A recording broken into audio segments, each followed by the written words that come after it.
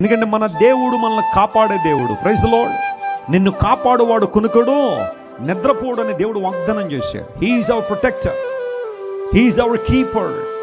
ఆయన మనల్ని భద్రపరిచే దేవుడు. ఆయన కొన్నిసార్లు మనకు తెలియకుండానే చాలా ఉపద్రవాల నుండి, చాలా నష్టాల నుండి, చాలా కష్టాల నుండి, ప్రతికూల వాతావరణం నుంచి దేవుడు మనల్ని తప్పించేశాడు. ఆయన అవి మనకు తెలియకుండానే దేవుడు చేస్తాడు చాలాసార్లు. కానీ కొన్నిసార్లు దేవుడు మన గమనంలోకి కొన్ని విషయాలు తీసుకొస్తాడు ఆయన.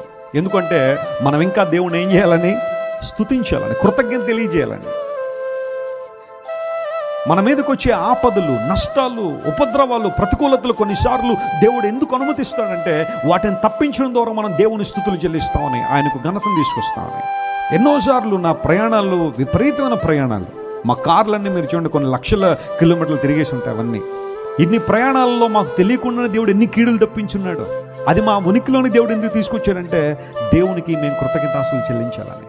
దేవుని బిడ్డలారా గమనించండి, గాడ్ ఈజ్ అవర్ ప్రొటెక్టర్. దేవుడు మనల్ని కాపాడువాడు, భద్రపరచువాడని లేఖనాలు సెలవిస్తున్నాయి.